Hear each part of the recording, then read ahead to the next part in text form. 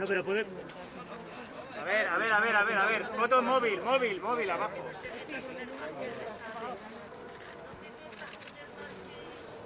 Miguel Ángel, ahí bien, ahí pillas bien. Ahí pillas bien, Miguel Ángel. ¡A los micros! ¿Ahora quién le va a dar caña a Cayetana? ¿Al Marqués de Sade? Os advierto que es un poco largo, ¿vale? Por si estáis incómodos y de rodillas, que lo sepáis, ¿vale? Tenía ya aquí escrito algunos poemas. ¿Vale? Bueno. Muy buenas tardes. Muchas gracias por su presencia hoy aquí. Ayer el presidente del Partido Popular, Pablo Casado, me pidió que viniera a Madrid a reunirme con él. Yo estaba afuera, pasando unos días de vacaciones, pero viajé esta mañana, vine a verle y estuvimos reunidos esta mañana en Génova un largo rato, casi más de 2 horas, conversando. Y el presidente del Partido Popular me ha comunicado en esa reunión su decisión de destituirme como portavoz del Grupo Parlamentario Popular. Es una decisión que lamento profundamente porque la considero perjudicial para el Grupo Parlamentario, para el Partido Popular y para la causa que defendemos, que es la de una España fuerte, adulta, moderna, por supuesto de ciudadanos libres e iguales.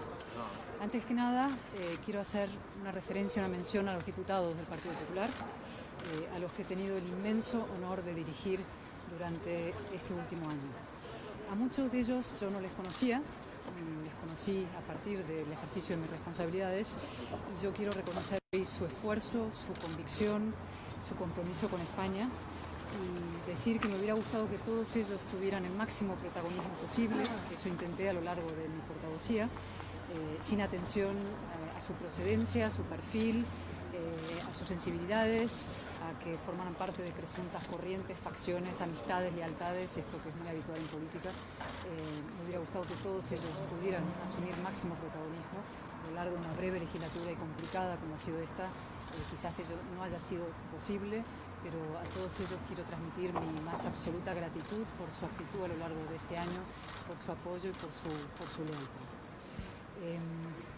Me llevo, por supuesto, el recuerdo del afecto y el apoyo de todos ellos y también recuerdo especial, quiero hacerlo, del empeño común que pusimos para que se reabriera el Parlamento durante el estado de alarma, con la pandemia y la felicidad y la satisfacción con el objetivo cumplido. A partir de ahí se preguntarán ustedes sobre los motivos de mi destitución. Yo no puedo abundar en las especulaciones, pero sí puedo referirme, y lo haré con detalle, como creo que es mi obligación, a los motivos que me ha esgrimido el señor Casado para esa destitución y que forman parte de la conversación que hemos tenido. A modo de conclusión, por empezar por la conclusión, quiero decir que a mí esas causas me parecen desdichadas y que yo no las comparto, ¿no? Como he dicho al principio, no estoy de acuerdo con esos motivos que él ha esgrimido, ¿no? En primer lugar, el señor Casado me ha dicho que la entrevista que yo concedí al diario El País le parecía que constituía un ataque en toda regla a su autoridad en varios frentes, ¿no?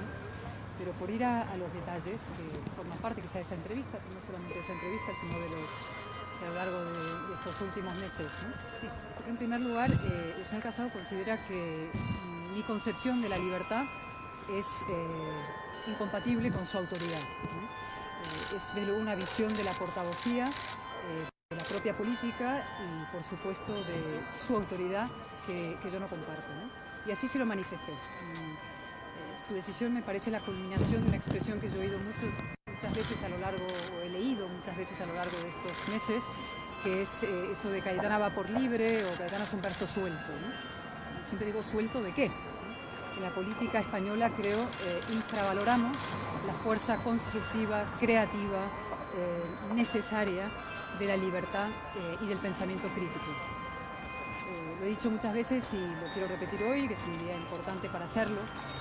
Siempre he creído y creo que la discrepancia no es sinónimo de deslealtad, que la libertad no es indisciplina y que el pensamiento propio nunca es un ataque a la autoridad, ¿no? Y desde luego jamás lo han sido en mi caso, ante el señor Casado.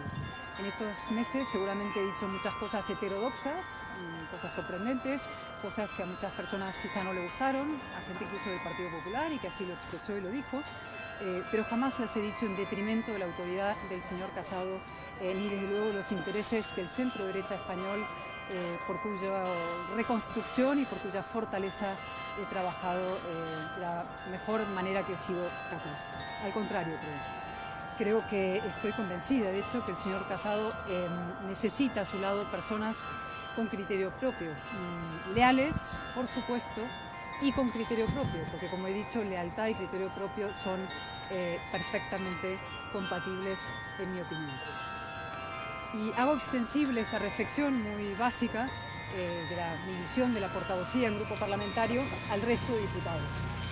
Y yo no considero en este caso que la libertad, el ejercicio de esa libertad sea un privilegio del portavoz o de una persona en un cargo, digamos, de relevancia en un partido, ¿no? O que sea un capricho o consecuencia de mis circunstancias personales, sino que creo que realmente forman parte de la obligación de cualquier persona que se dedica al examen de la realidad, al análisis de la realidad y desde luego a la política, que es una actividad adulta, una actividad seria y que tiene que estar de la mano, tiene que ir de la mano del pensamiento crítico y del análisis crítico de la realidad, ¿no? Y yo creo que esa expresión de las personas va por libre o dicen de alguien verso suelto, en el fondo lo que esconde es una visión resignada de los partidos políticos, como si los partidos estuvieran condenados a ser camarillas cerradas, ¿no?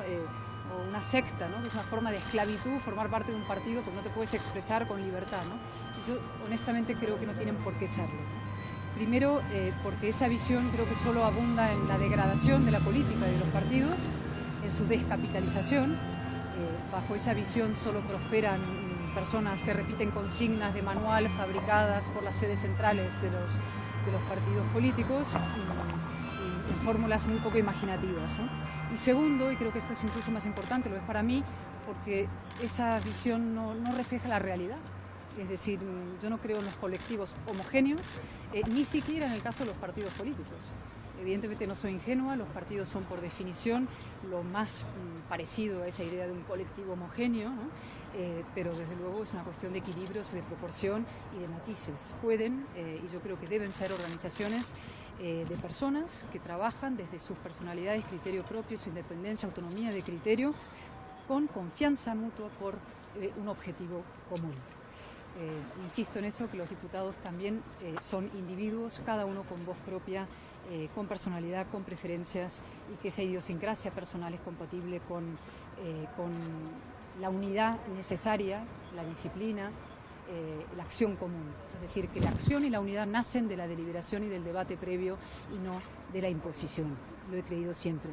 Y por eso, una de las cosas que hice, intenté hacer cuando llegué como portavoz hace un año, y lo propuse, fue dar libertad de voto a los diputados en asuntos morales en el grupo parlamentario. Me parecía que era una manera de reconocer que hay sensibilidades diferentes en asuntos morales profundos y que eso era compatible perfectamente con una acción común y con la fortaleza del grupo parlamentario. Eso se consideró una amenaza a la cohesión interna. A mí nunca me pareció que lo fuera, pero realmente creo, como he dicho, que la unidad nace de la deliberación y del debate y no de la imposición. Y además creo que esa negación de la libertad interior y de la diversidad interior lo que hacen es dificultar precisamente un proceso de ensanchar las bases de un partido político. Es decir, pueden que hagan un Partido Popular más homogéneo, pero no por eso más grande y más fuerte, sino al revés, ¿no? La homogeneidad lo que hace es limitar, reducir, hacer algo más pequeño y más pobre. En segundo lugar, el segundo reproche que me hizo el señor Casado fue mi referencia a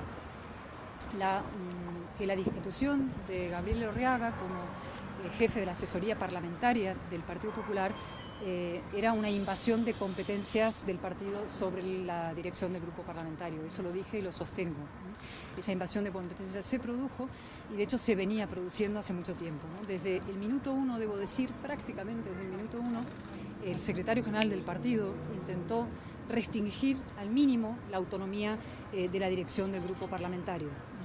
y yo realmente no entendía por qué esa necesidad de restringir al mínimo la autonomía y la capacidad de acción de la dirección del grupo, porque la dirección del grupo en fin, reclama una autonomía básica y elemental nacida de la confianza mutua y del proyecto común. Y desde luego creo que si analizamos los precedentes, yo conozco algunos, lo viví más de cerca en la historia desde luego del Partido Popular, creo que ningún portavoz de la oposición en el PP ha tenido menos autonomía que yo en el desempeño de mis funciones como portavoz, insisto, que de las que he tenido yo a lo largo de este tiempo. En todo caso, quiero decirlo además tajantemente, yo no quiero ahondar en esto de las pugnas internas de poder, jamás me han interesado, solo reflejan una parte de la política que es la que a mí menos me ha interesado y en la que menos he participado y en la que menos he querido contribuir, jamás. Sí quiero referirme, sin embargo, a otro lugar común que se ha utilizado a la hora de justificar mi destitución. Desde luego no lo ha hecho el señor Casado cuando hablamos porque él sabe que eso no es verdad, pero sí se ha hecho desde eso que llaman fuentes o filtraciones, o desde luego se ha hecho en eso, en el mundo, digamos, en el paisaje mediático general del que mucho se ha hablado a lo largo de las últimas semanas de mi posible salida, ¿no? Que es el debate de moderados y radicales. Y de hecho yo creo que probablemente lo veremos esta misma tarde, si no lo hemos visto ya, porque todavía no he podido mirar cómo se ha recibido esta noticia, pero seguramente se verá también en la prensa mañana, que se interpretará mi salida como, digamos, una apuesta por la moderación frente a la radicalidad, ¿no? Y sobre estas etiquetas de duros y blandos, moderados y radicales, quiero remitirme a algo que decía ayer en esa entrevista, lo que he dicho muchas veces, ayer fue la última vez, que es preguntarme qué categorías son esas de duros y blandos, moderados y radicales, ¿no? Lo decía ayer y lo repito, España es ese insólito país donde la centralidad y la moderación de una persona los definen el nacionalismo y la extrema izquierda. Nacionalismo que, como sabe cualquier persona, es una ideología profundamente reaccionaria, y la extrema izquierda que de moderada tiene bien poco, y especialmente en España, ¿no? Pero es que además esas etiquetas son reduccionistas, es decir, reducen al individuo, a la persona, a una sola cosa. Es decir, tú entras en una categoría duro o blando y es imposible que esa persona pueda recoger todos los matices de un pensamiento complejo como es el que tienen las personas adultas, ¿no? Impiden, insisto, la complejidad de las personas, la complejidad de la política. Y un ejemplo, quizás el más así notable, o que a mí me pareció más notable en lo que se refería a mí, perdonen que tenga que hablar de mí hoy, pero me toca, es mi relación con Vox. Curiosamente paso por ser la adalid de Vox y gran defensora de Vox en el Partido Popular, cuando creo que los propios dirigentes de Vox coincidirán conmigo en que pocas personas del PP han escrito páginas más duras contra Vox que yo.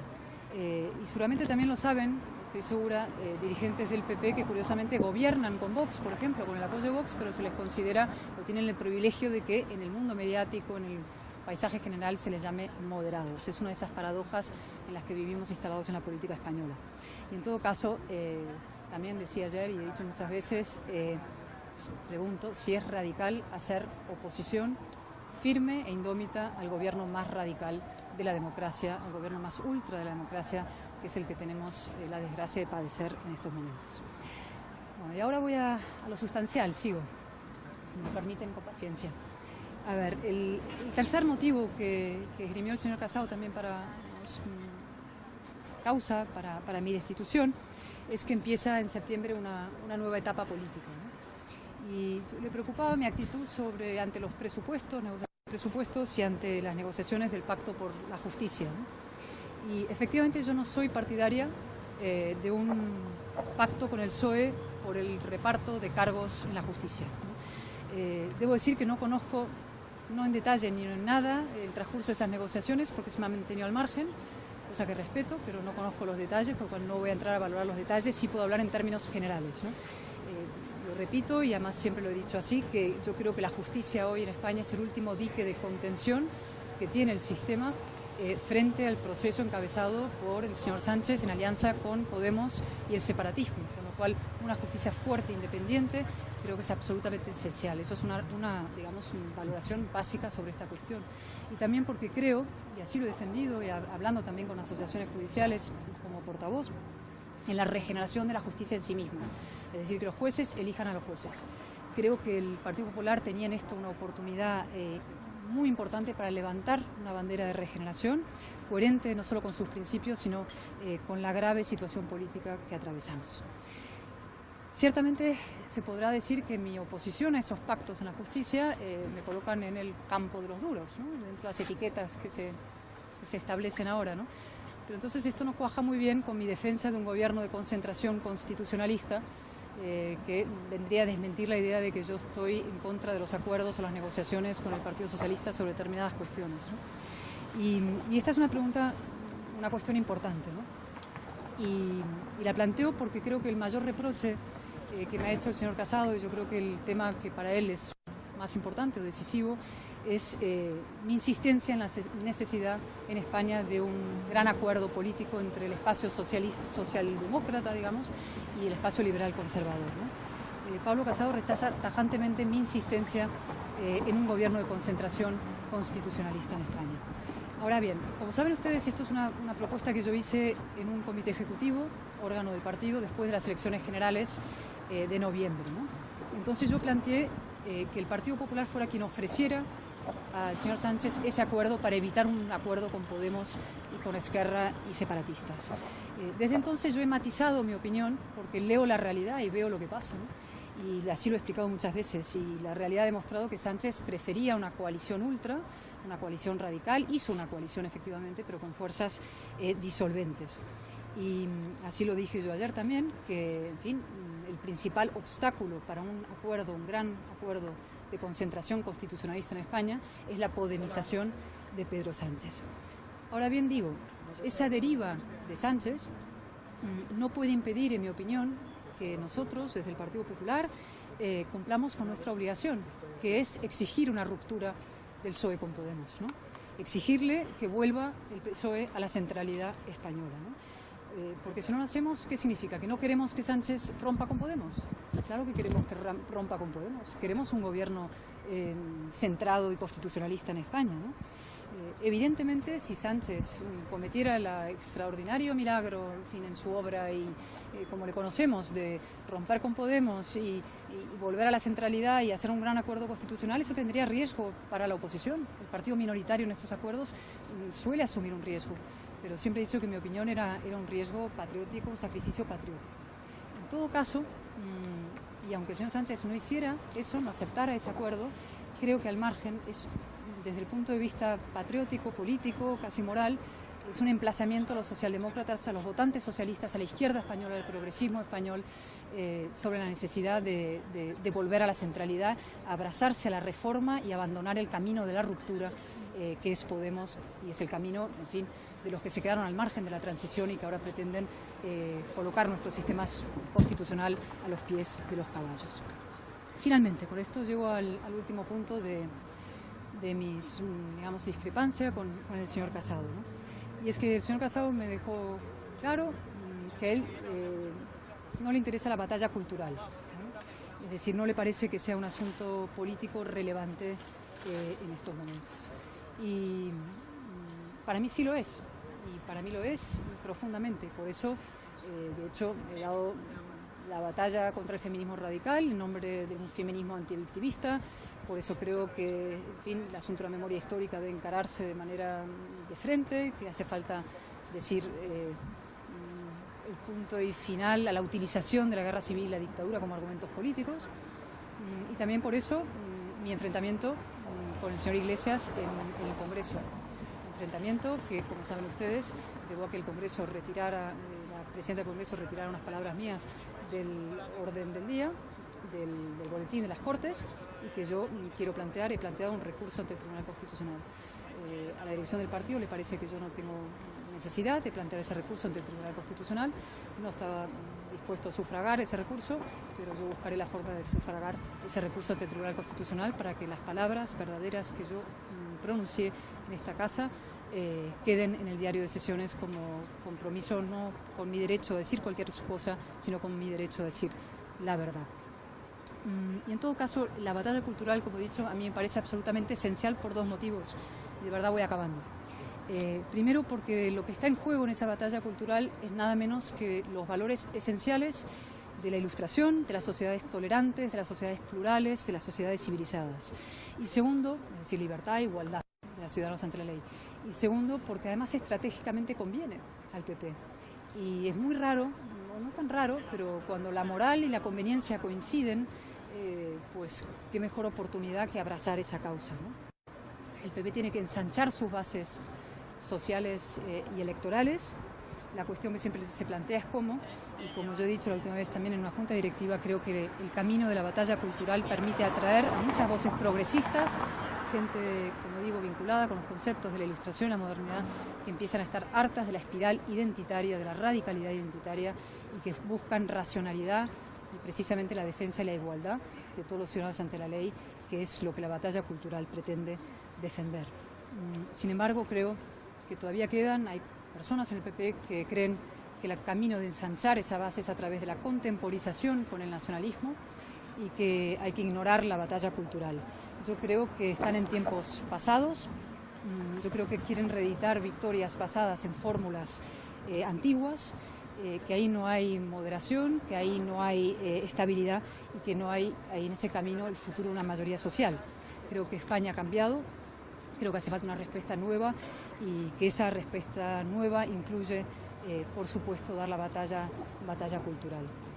Es un terreno fértil y nuevo en los dos lados, hacia lo que llamamos la derecha del PP y también hacia la izquierda del PP. Es un eje nuevo, político y moral, y creo que es una estrategia que aúna, curiosamente, lo profundamente progresista y lo profundamente liberal. Y que, por resumirlo, lo que lo encumbra y lo que incluye es una defensa absolutamente a ultranza del individuo, de la persona, del ciudadano.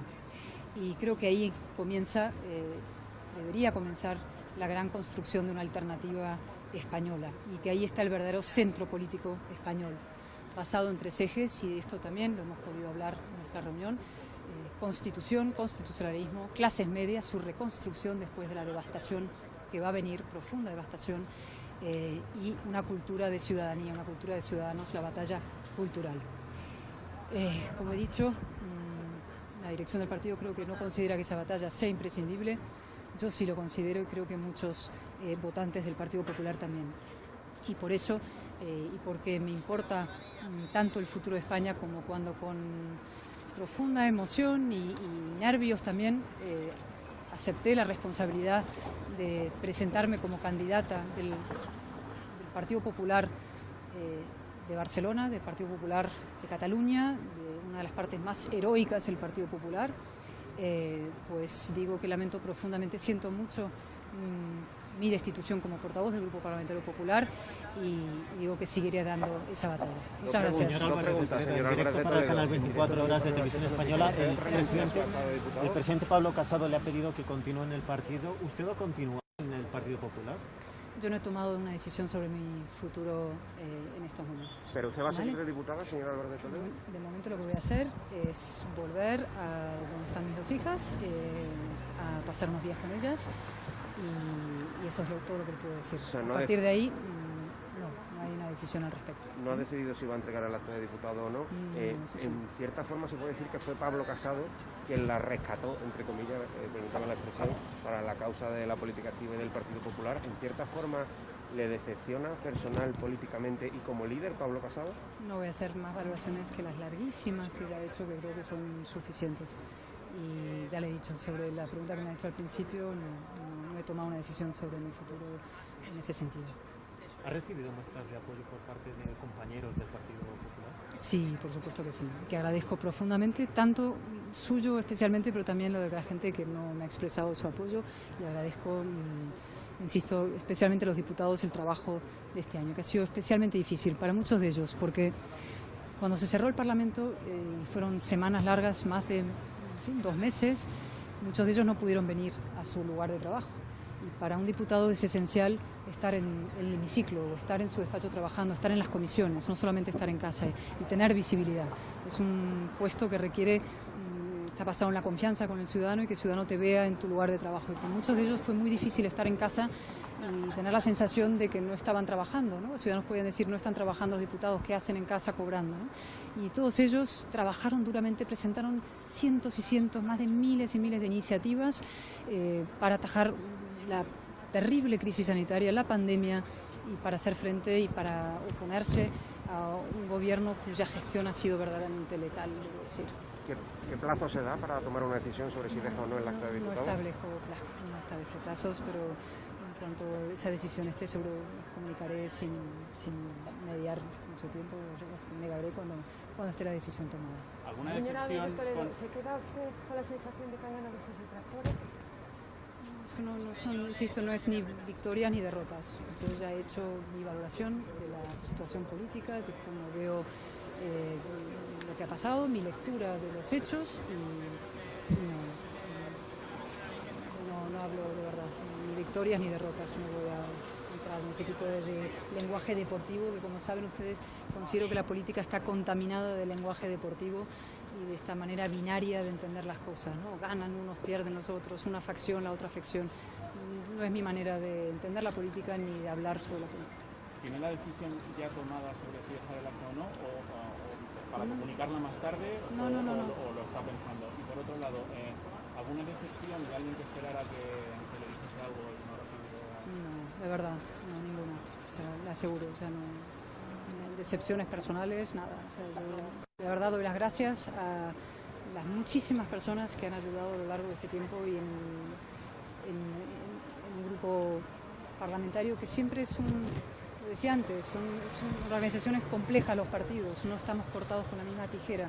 Un partido político no es un ejército que se puede, digamos, simplemente ordeno y mando, ni es una secta de que todo el mundo es idéntico y piensa igual. Aquí hay sensibilidades variadísimas y personalidades muy distintas y trayectorias diferentes, y aunar todo eso siempre es difícil. Yo creo que la libertad es un extraordinario instrumento para la unión.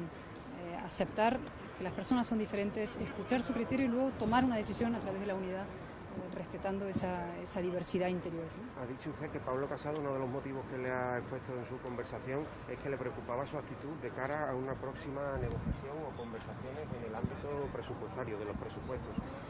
¿Quiere decir que el Partido Popular o Pablo Casado le ha insinuado que está dispuesto a llegar a acuerdos y a negociar con el Partido Socialista en los presupuestos? No, de hecho no ahondamos en eso. A mí la afirmación me sorprendió porque no sé qué idea se ha hecho la gente sobre cuál sería mi actitud ante los presupuestos. No sé, yo no me he expresado sobre los presupuestos en ningún momento, con lo cual tampoco creo que se pueda dar por hecho cuál sería mi razonamiento sobre los presupuestos. Simplemente es lo que me dijo, y sí lo del gobierno de concentración, que ya les he explicado con más detalle, donde sí tenemos diferencias que, insisto, creo que no son tan grandes en mi opinión. En origen sí, yo planteé que fuera el PP quien plantease la necesidad. Lo hice en el órgano ejecutivo después de las elecciones generales, ¿no? Lo dije ahí dentro, que me parecía que el PP debía ofrecer a Sánchez. Sánchez eligió a Podemos, eligió a separatistas, eligió a Esquerra, eligió incluso a Bildu, fíjese usted. Y entonces yo he dicho, este señor ha elegido una coalición ultra. Y entonces lo que creo es, de todos modos, que nosotros tenemos que exigirle a Sánchez que rompa con Podemos y vuelva a la centralidad y al reformismo. El señor Sánchez está coqueteando con la ruptura. Usted sabe, la transición la hacen las fuerzas de la reforma en España, la ruptura se queda fuera.